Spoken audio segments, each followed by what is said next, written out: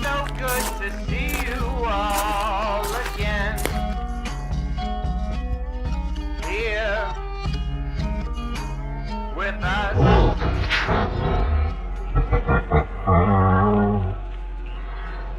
Don't be frightened. Look at this little scarecrow. Why is this crow? He doesn't like humans too much.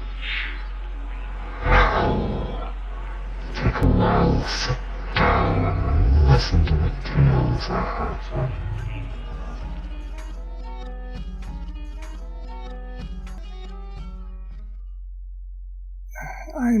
I'm a nice guy. Really I am. A nice, reasonable, friendly guy. I never get angry. Ever. And I can count the number of times I've had to raise my voice on one hand. I would never hurt a fly. But even a calm, normal guy like me can only take so much. I tried to let it go. I tried to ignore it. But I just couldn't take it anymore. It was only once or twice. Hell, if it was only 4 out of the 5 days of the week, I could let it go. I'd happily let it go. But it was every single day. I don't know what I ever did to him, but he hates me. He loathes me. It's a sick, sadistic game to him, I swear it is. Torturing me is his favorite hobby. Over and over and over. I couldn't sleep, I couldn't eat, and I couldn't take it anymore. I talked to my boss, complained to HR.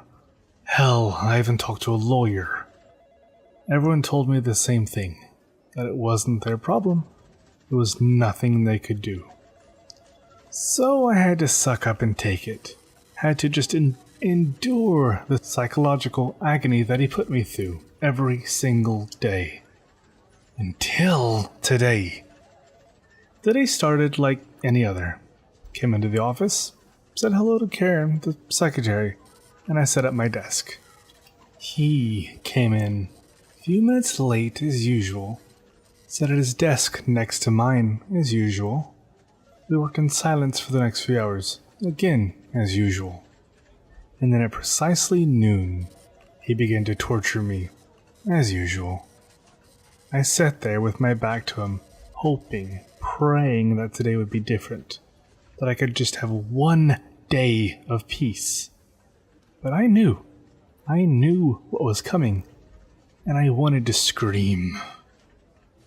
He pulled out that filthy, reeking, puke-inducing sandwich and began to eat, munching, mashing, grinding that disgusting mash, gurgling it, swallowing the chunks down his filthy gullet, slobbering, slavering, making love to that sandwich with his tongue like it was the last one he'd ever touch.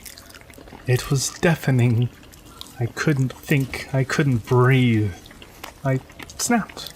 I just snapped. I pulled out the gun and pointed it at him. I don't remember what I said, and I don't remember when the screaming started.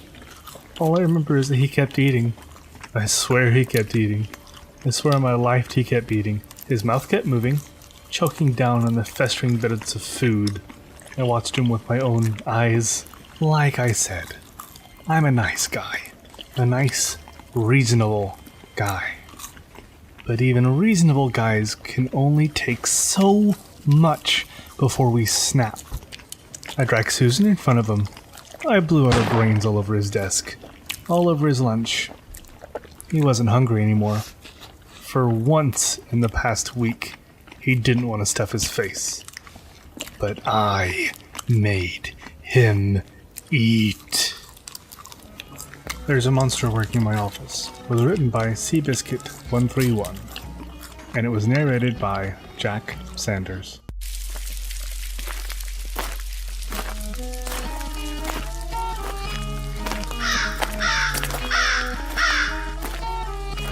Hello, everyone. It's so good to see you all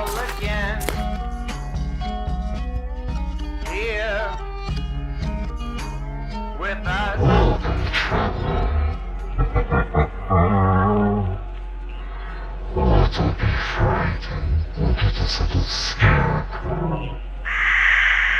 Why is this crow? He doesn't like humans too much. Now, take a while, sit down, and listen to the tales I have for you.